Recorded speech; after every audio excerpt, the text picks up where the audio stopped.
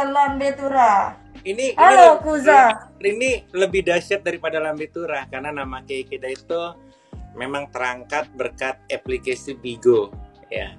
Jadi semua orang tahu Kei Ikeda itu terangkatnya lewat apa sih? Sebuah aplikasi Bigo yang membuat kakak menjadi terangkat dan membawa nama besar Kei Ikeda itu dari Bigo Live. Jadi ini lebih besar daripada sih yang kalian sebutkan tadi. Jadi kalau misalnya sensasinya Kei Ikeda sampai viral dan sampai semuanya itu yang ada dua, namanya Kei Ikeda dan namanya Bigo Live karena sudah terlalu menyatu namanya rupanya. Iya, sudah menyatu dan tidak bisa terpisahkan. Tidak bisa terpisahkan. Tim, ini sudah 360-an. Gimana? Bisa saya mulai nggak? Tim, halo admin. Mulai. Mantap. Kakek di sini memiliki hak untuk menjawab sepenuhnya, tapi kakek tidak memiliki hak untuk bertanya balik ke saya. Oh, jadi saya cuman only answer ya? Only answer. Pertanyaan sudah disiapkan oleh tim, dihimpun berdasarkan dipilih yang mana yang paling pedas. Waduh. By the way, itu topeng sama muka gue kenapa mirip ya? Bukan aku yang bilang gitu ya, mohon maaf. Nggak, seriusan, aku dari tadi ngeliatin itu kenapa topeng sama muka gue mirip gitu ya, apa sengaja dimirip-miripin topengnya sama muka gue gitu kan? Iya, ini memang konsep, ini kita akan seperti ini terus karena abis ini saya harus merampok bank. Oke, kita akan mulai ya. Ini kan pakai musik tegang gitu, kayak apa gitu? Gak usah, itu biasanya roomnya Yakuza kayak gitu. Roomnya Yakuza Sahara biasanya gitu. Pakai musik kita harus mendengar secara jernih. Oke, baik. Oke, alias kita ngelapin sebenarnya. Mohon maaf. Pertanyaan yang pertama, kakek bisa langsung aja jelasin, belakangan ini banyak yang memperbincangkan tentang Kak Ikeda. Jadi kakek baru aja melangsungkan akad nikah. Kalau boleh tahu, sama siapa sih dan awal kenalnya bagaimana? Oke, baiklah. Kakek baru saja melangsungkan akad nikah dan sama siapa, kenalnya juga bagaimana? Itu Betul. Pertanyaannya. Untuk pertanyaan akad nikah itu, benarkah kakek baru melangsungkan akad nikah? Jawabannya iya. Saya baru saja melangsungkan sebuah pernikahan dengan seorang laki-laki yang bernama Ari, dan awal kenalnya itu sebenarnya perkenalannya singkat banget. Oke. Itu awal kenalnya sekitar tidak sampai 1 minggu dan saya dilamar. Ta'aruf berarti. Ta'aruf. Kenal di mana? Disebutin ya? Boleh. Apakah kenal di Bigo Live ataukah kenal di aplikasi dating? Bukan di Bigo, tapi di apa ya itu yang ngomongnya. Aduh, ini sebabnya beda aplikasi. Aku tuh anti banget kalau beda aplikasi. Ya udahlah. Bukan aplikasi streaming. Oke. Boleh. Instagram. Jadi kenal di Instagram, DM-an. Sebelumnya dia pernah nge-DM aku gitu kan, cuman aku nggak pernah bales. Terus dia cuman nge-DM, halo boleh kenal gitu kan. Aku sama sekali nggak bales, sama sekali nggak digubris juga, dan sama sekali juga nggak di-approve pertemanannya. Intinya sama sekali aku no respon. Karena pada saat itu memang aku lagi sedikit ada trouble dengan pasanganku. Dan lagi ada masalah. Jadi di saat dia mengajak perkenalan itu, aku masih kayak, aduh ini apa sih gitu loh, orang lagi pusing kok ngajak kenalan gitu. Jadi aku cuekin. Sekitar 2 mingguan gitu, baru setelah aku lagi gabut ya, istilahnya lagi gabut. Terus waktu itu aku pulang dari Garut dan aku ribut lagi dengan pasanganku. Lalu aku buka nih orang ini siapa sih orang ini? Tak, aku approve pertemanannya. Lagi berantem sama David, lalu kakek buka DM dari pria lain. Ya, exactly. Itu tepatnya. Jadi kenalnya baru seminggu dari Instagram, namanya Aris. Namanya Ari. Oh, Aca di WhatsApp Bigo, katanya Kak Kay nggak mau buka hati dulu setelah patah hati dari beberapa pria. Nah, ini kok cepet banget, padahal kaki belum bisa buka hati. Sebenarnya sih sukar ya untuk orang ngebuka hati, apalagi kalau kita sudah cinta sama seseorang dan percaya sama seseorang. Cuman waktu itu aku kepatil omongan sendiri. Oke. Kepatil omongan sendiri. Jadi waktu itu aku memang kayak membuat satu keputusan kepada siapapun. Intinya, gue ke depan gak mau main-main lagi terhadap hidup gue. Bagi siapapun orang yang ingin serius sama gue cuma minta 3 faktor atau 3 hal. Pertama, persetujuan orang tua. Kedua, rumah. Ketiga, pekerjaan. Apabila ketiga ini sudah clear dan semuanya centang oke, maka saya siap untuk kamu nikahin sekalipun. Ternyata adalah orang ini dan 3 faktor tersebut centang oke semua, dan ya mau nggak mau udah berkata seperti itu. Dan kakek tipe-tipe orang yang memang komit dengan apa yang saya bilang. Ya udah, mau apa lagi, harus menepati apa yang saya ucapkan, dan ya itu akhirnya seperti itu. Baik. Berarti apakah kakek jatuh cinta dengan pria ini?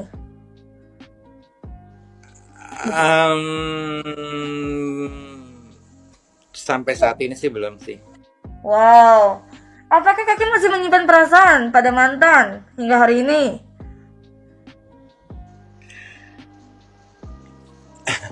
Ini harus dijawab ya. Tidak perlu. Saya belum mau Anda berdua bercerai, baru menikah soalnya. Pertanyaannya serem. Oke, pertanyaan selanjutnya. Apa yang membuat Kak Kay mengambil keputusan cepat sama sosok suami Kak Kay? Padahal kan Kak Kay belum mengenal apakah ini orang jahat, apa bukan, apakah ini mau memanfaatkan Kak Kay sebagaimana mantan-mantan Kak Kay yang sebelumnya.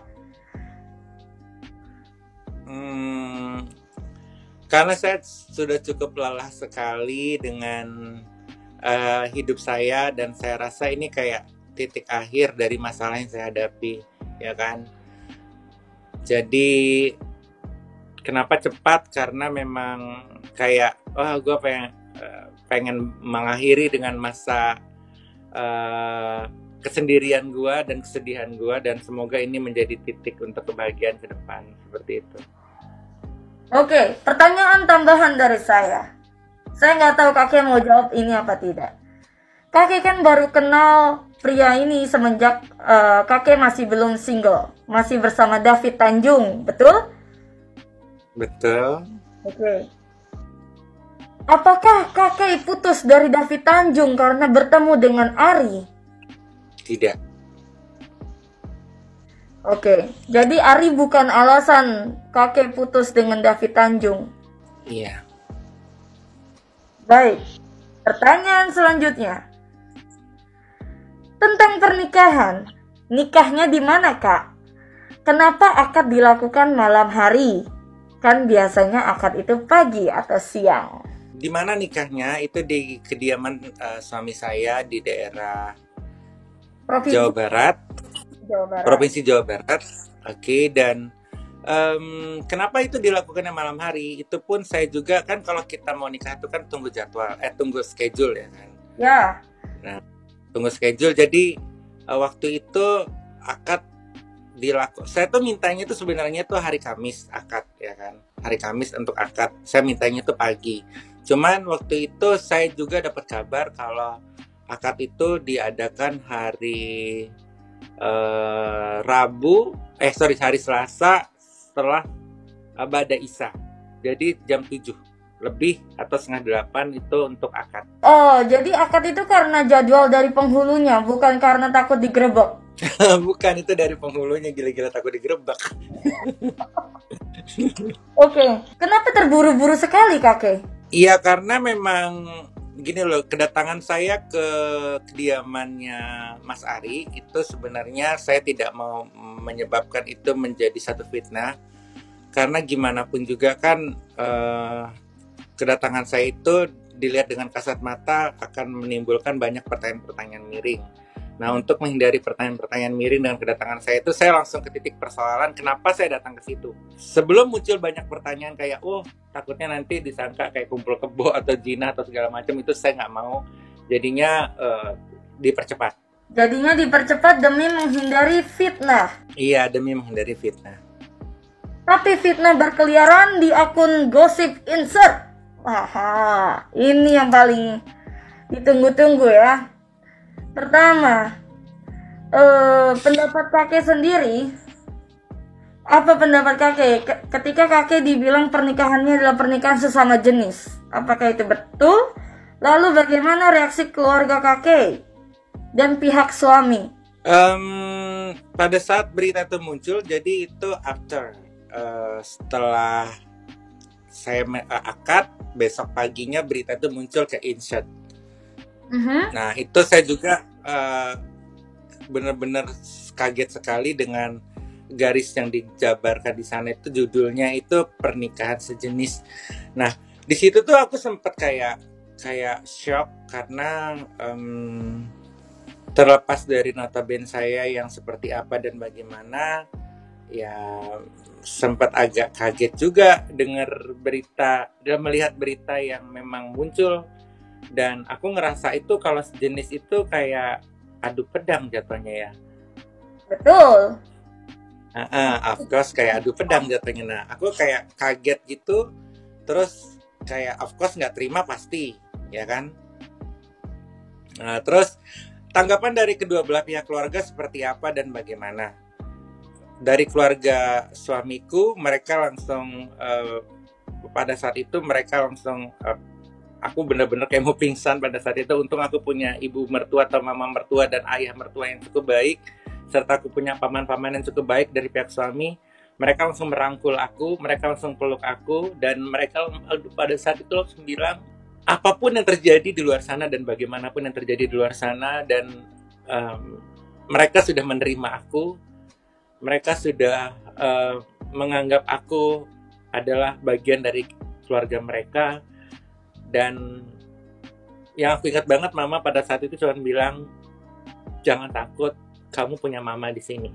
Mama mertua maksudnya. Dan untuk mamaku pribadi, mamaku juga waktu itu langsung telepon. Mama cuma bilang yang kuat, karena apapun berita yang muncul, mama lebih percaya terhadap anak mama dibanding dengan berita-berita apapun, sekeras apapun, sepahit apapun berita yang muncul ke media. Bagaimana pendapat suaminya kakek tentang berita tersebut? Suami aku cuma bilang, sebelum berita ini muncul, saya memang sudah punya keyakinan apapun yang terjadi, saya tidak akan merubah pendirian saya. Saya akan tetap mencintai kamu dan saya tetap bertanggung jawab dari apa yang sudah menjadi saya ucapkan terhadap kamu. Jadi dia sudah cinta, tapi kakek belum cinta. Baiklah, itu adalah sebuah... Ini pertanyaan jebakan juga ya. Kok pedas. Di sini kita mengapresiasi kejujuran. Baik ya. Pertanyaan selanjutnya. Setelah menikah, kakek rencananya apa? Dan tinggal di mana? Oke, setelah menikah, saya rencananya memang untuk tinggal bersama suami. Dan sebulan sekali saya akan balik ke Jakarta karena kakek juga memang punya pekerjaan yang harus kakek selesaikan dan itu di Jakarta. Tinggalnya di sana sama suami. Dan apa aja sih plan-plan buat kedepannya? Of course kami akan benar-benar menjalani yang selayaknya dijalankan sama orang yang berumah tangga. Emang kedengarannya kayak halu ya. Tapi kalau kalian bilang halu berarti saya tidak bisa membuktikan, tapi saya bisa membuktikan. Ada rencana punya momongan? Kalau itu nggak tahu lah, kan notabene aku juga dengan kehidupan aku yang seperti itu. Kalau nanyain soal momongan, itu terlalu berhalusinasi cukup tinggi. Kenapa berhalusinasi cukup tinggi? Bukannya kakek sudah wanita sepenuhnya katanya? Apa saya salah? Wanita sepenuhnya terhadap diri saya merasa iya. Tapi untuk membicarakan momongan itu masih belum dulu. Belum ya? Tapi dari secara biologi sendiri, kita kan tahu bahwa kakek pernah melakukan operasi dan sebagainya secara dari kebutuhan medis. Dari pihak dokter, apakah menyatakan bahwa memungkinkan untuk sesungguhnya kakek memiliki momongan? Untuk masalah memiliki momongan ataupun tidak, ini tergantung dari kuasanya juga yang di atas. Saya juga hidup seperti kayak sekarang ini kan karena kuasa yang di atas. Jadi saya tidak bisa menentang, saya hanya bisa menjalani. Saya tidak bisa menjawab apakah nanti saya akan memiliki ataupun tidak, iya ataupun enggak, benar ataupun tidak, saya tidak bisa menjawab itu. Karena ini udah urusannya beda. Kita memiliki anak atau memiliki keturunan, even itu manusia atau cewek normal sekalipun, ya kalau memang nggak bisa punya takdirnya punya anak, ya tetap aja nggak bisa. Sebelum menuju ke pertanyaan saya yang selanjutnya, kakek. Jempolku mau pada mau komen ya. Kakek, kenapa sih kakek memilih menikah siri bukan menikah secara resmi? Karena gini, why? Kenapa saya menikah siri? Karena yang pertama tadi, saya tidak mau kedatangan saya ke sana itu juga menjadi fitnah. Dan nikah siri harus saya lakukan untuk menghindari yang namanya apa sih itu namanya kalau kumpul kebo ya, apa sih namanya, zina Ya. Jadi untuk menghindari zina, untuk menghindari fitnah. Sementara saya kan sudah datang tuh ke kediaman suami saya dan saya harus melakukan nikah siri, itu alasannya. Yang kedua karena memang kaki itu sedang menunggu surat-surat untuk pengadilan agama agar akan identitas ke IKEDA. Seperti itu. Once nanti itu sudah beres semuanya, maka kami akan melangsungkan berdasarkan data dari ketuk palu yang dari pengadilan, itu akan lebih serius ke hal yang pernikahan yang benar-benar diizinkan. Kalau misalkan itu memang status saya memang seperti ini tidak diizinkan di Indonesia, paling tidaknya saya bisa menikah di luar negeri. Namun saya bisa mengklirkan, saya harus sirih dulu agar itu tidak menjadi zina ataupun fitnah. Kakek, kalau boleh saya bertanya, kakek menikah karena kakek memilih menikah siri secara cepat, bahkan malam hari pun diiyakan. Bukankah? Gimana? Ya. Kakek memilih menikah siri secara cepat dan malam hari di kediaman sang suami, betul ya? Dan kakek beralasan karena kakek takut zina, betul ya? Walaupun sampai saat ini belum dicocok ya. Oke.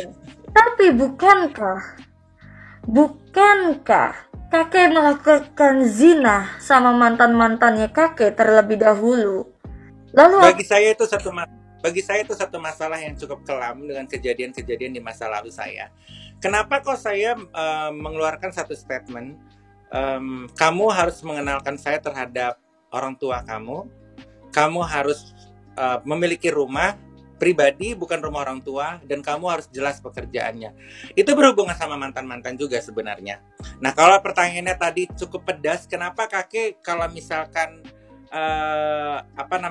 sekarang kenapa harus menikah gitu sebelumnya padahal kaki sudah berzina, seperti itu kan? Nah, betul. Karena sebelumnya saya ini korban yang namanya janji, ya.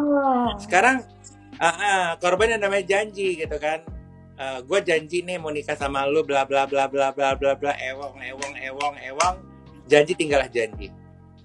Jadi tadinya kakek dijanjikan di ewong dulu baru dinikahin, tapi nggak dinikah-nikahin, begitu ya? Maksudnya dijanji dulu dinikahin baru di ewong, tapi kagak dinikah-nikahin. Oh, jadi pria-pria kardus ya itu ya, para laki-laki mantannya kakek. Nggak tahu juga sih apa kardus apa kaleng, nggak ngerti. Tapi sih of course saya menikmati dari kepahitan yang saya alami. Jadi tetap ya, saya walaupun mau gimana pun saya menikmati kok. Kalau saya tidak cinta juga sama dia, tidak mungkin hal itu terjadi. Baik. Hei para pria-pria mantannya Ikeda, kalian bisa menebar janji akan menikahi Ikeda, tapi kalian tidak menepati janji tersebut. Udah dapat mobil, udah dapat motor, kurang apa lagi? Nggak ada loh, nggak ada. Ya aku tidak bilang sudah dapat mobil, sudah dapat motor. Bukan, aku tidak pernah bilang seperti itu, no. Aku cuman bilang aku dijanjiin dinikahin, tapi nggak dinikahin. Itu aja sih, aku nggak bilang yang lain-lain. Baik. Lalu pertanyaan selanjutnya. Ini musik yang mengganggu konsentrasi saya. Pertanyaan selanjutnya. Ini pertanyaan ini katanya kata tim Bigo, katanya dijawab secara 5 detik saja. Kakek siap tidak? Oke. Siap. Dimulai dari sekarang. Pertanyaan yang pertama. Satu kata untuk para mantan. Love.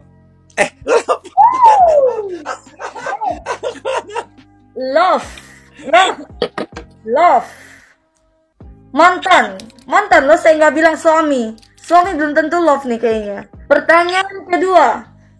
Itu boleh, kata-katanya boleh dicabut lagi nggak? Tidak bisa, viewers sudah merekam ini semua. Oke, pertanyaan kedua, 5 detik ya. Satu kata buat para haters. Love. Love juga? Ya. Nggak ada kata-kata lain, kok sama kata-katanya? Karena make the famous with the hater. Tanpa hater saya bukan siapa-siapa. Saya tetap memberikan kata love. Baik. Jadi kepada para mantan, love. Kepada para haters, love. Karena mantannya juga bisa menjadi hatersnya Ikeda. Baiklah. Betul banget, itu dia maksudnya. Pertanyaan yang ketiga. Wow, harus siap ya. Ini 5 detik ya kakek ya. Lebih gede punyanya Refli, Firman Tanjung. Salah. Aduh, saya nggak tahu nama-nama mantannya kakek ini ya. Lebih gede punyanya Refli, Firman Tanjung, atau suami kakak yang sekarang? Jujur kalau suami aku yang sekarang aku belum tahu gede apa kecil, karena semenjak akad kemarin itu aku belum pernah disentuh dan aku juga belum mau disentuh. Kenapa? Jadi ya karena memang banyak pikiran juga ya, dan belakangan ini juga masalah aku semakin berat. Setiap aku buka media apapun itu, muka gue itu di YouTube, muka gue jadi trending topik. Buka televisi, nongol lagi muka Ikeda, pedang adu pedang, kesana kayak film Brahma Kumbara ya, pedang adu pedang. Baik, pertanyaannya, lebih gede punya Refli, Firman, atau David Tanjung? Sama sih semuanya. Nggak mungkin. Gue kan kalau begitu gue kagak ngukur anjir. Memang kan misalnya kalau gue begitu bawa penggaris itu kan enggak. Oke, lebih nikmat yang mana kalau gitu? Oh no, aku gak mau menjawab itu. Ini saya suka banget pakai topeng ini ya. Saya ketawa pun saya nggak kelihatan di kamera. Aku tidak mau menjawab itu. Gila, ini suami gue nonton. Oke. Oh, tapi Anda juga sudah bilang love untuk mantan-mantan Anda. Oke. Oh my god. Oke. Ya, hater pun aku bilang love kan. Ya, pertanyaan yang terakhir ya. 5 detik ya. Wah, tapi pertanyaannya ini tidak valid karena kaki belum melaksanakan apa rasanya malam pertama. Ini pertanyaannya gimana rasanya malam pertama. Coba saya minta pertanyaan dari viewers saja. Satu pertanyaan terakhir yang harus dijawab sama Kei Ikeda dalam waktu 5 detik. Ayo, terbang kalau bisa pertanyaannya. Nanti saya pilih. 1, 2, 3, 4, 5. Oke, saya menghimpun pertanyaan yang paling banyak saja. Kakek, sudah memegang surat dari pengadilan apa belum bahwa kakek adalah bergender perempuan? Sedang dalam proses. Jadi belum ya? Ya, masih dalam proses. Oke, berarti kakek masih sejauh ini masih belum memegang surat dari pengadilan bahwa kalau misalkan aku sudah ada surat dari pengadilan, ngapain aku harus nikah secara siri? sendiri. Oh, baik. Baik. Lalu kakek, pertanyaan saya satu, karena saya tidak memiliki wawasan tentang ini sama sekali ya. Tolong bantu saya. Kalau misalnya dari pengadilan tidak mengabulkan, apakah pernikahan kakek dengan Ari ini menjadi ilegal? Ya, kalau misalkan hasilnya nanti pemerintah tidak mengabulkan, ya maka pernikahan yang terjadi kemarin saya nyatakan tidak sah. Baik. Jadi jangan dicocol dulu nih, tahan dulu. Kita udah taruh, tapi tahan dulu ya, jangan cocol-cocolan dulu ya, sampai hasilnya ada. Baik. Menarik sekali ya jawabannya kakek ini ya. Pantasan menjadi konsumsi publik yang begitu banyak. Baik, pertanyaan terakhir. Kasihan saya sama Keda. 20 menit dihajar pertanyaan terus. Oke, pertanyaan terakhir. Kenapa postingan akad nikah dihapus dari Instagram Anda? Sebenarnya postingan Instagram itu merupakan hal yang cukup berharga, cukup membuat saya postingan itu sangat berharga buat saya. Dan saya merasa kayak orang mana sih yang nggak merasa bangga dengan apa yang diinginkan selama ini, apa yang dimimpikan selama ini, dan itu terwujud. Itu menjadi satu kebanggaan tersendiri buat saya. Namun saya tidak bisa meredam ataupun saya tidak bisa memohon kepada semua orang akan latar belakang saya seperti apa dan bagaimana. Ya kan, menangis darah pun saya, mati pun saya, tiada pun saya. Namun saya tidak bisa meredam itu semua. Saya juga manusia yang memiliki perasaan dan pikiran. Jadi benar-benar saya cukup sedepresi-depresinya, dan saya rasa daripada ini menjadi banyaknya konsumsi yang melihat dan berasumsi yang berbeda-beda, kalau saya lihat di sana itu 70 atau 80% yang komen itu semuanya sudah parah untuk saya, dan lebih baik saya hapus. Kenapa tidak? Biarlah kenangan video-video tersebut cuma saya yang tahu. Kenapa tidak turn off komen saja, jangan dihapus? Saya tidak mau orang lain kayak melihat itu lagi, apalagi itu sudah muncul ke berita dengan postingan yang sejenis adu pedang atau adu panco, gue nggak tahu lagi itu seperti apa ya kan, ya kalau keluar di sana, dan itu menggiring dari berita tersebut masuk ke Instagram pribadi saya, dan orang lebih cenderung kayak memponis ataupun melihat dari berita yang muncul di sana terus masuk ke Instagram saya, dan mereka kayak ngehujat gitu tanpa mereka tahu dari saya yang sebenarnya. Baik, tuh viewers, tuyul semuanya, ya sebutannya tuyul kan nih kalian ya. Jadi kakek menghapus postingan bukan karena takut digerebek ya kakek ya. Soalnya ini viewers ini bilangnya kakek takut digerebek. Lebih ke beban mental aja sih. Beban mental ya, untuk kesehatan mental ya. Ya, dan sampai aku itu beneran kayak mau air putih mau masuk aja kayak susah gitu nelennya. Setiap aku buka handphone itu udah pasti komen dengan kata-kata yang pedas, dengan kata-kata yang aduh aku udah kayaknya handphone itu pengennya dibalik gitu, kayaknya handphone itu layarnya ditutup aja gini, karena kalau pas dibuka gini lagi pasti muncul gitu di atasnya tuh kayak notification yang aduh kata-katanya pedes banget, ya Allah ya Robbi la ilaha illallah, itu udah parah banget sumpah. Aku udah udahlah gitulah, daripada begini terus ya kan, ya udah aku hapus aja gitu loh. Dan meskipun sekarang itu yang namanya jejak digital ya masih tetap ada, ya udahlah sebut teuing lah gitu lah, lo mau ngapain gue terserah lo lah gitu lah. Intinya gue udah enough lah dengan semua ini, capek. Baik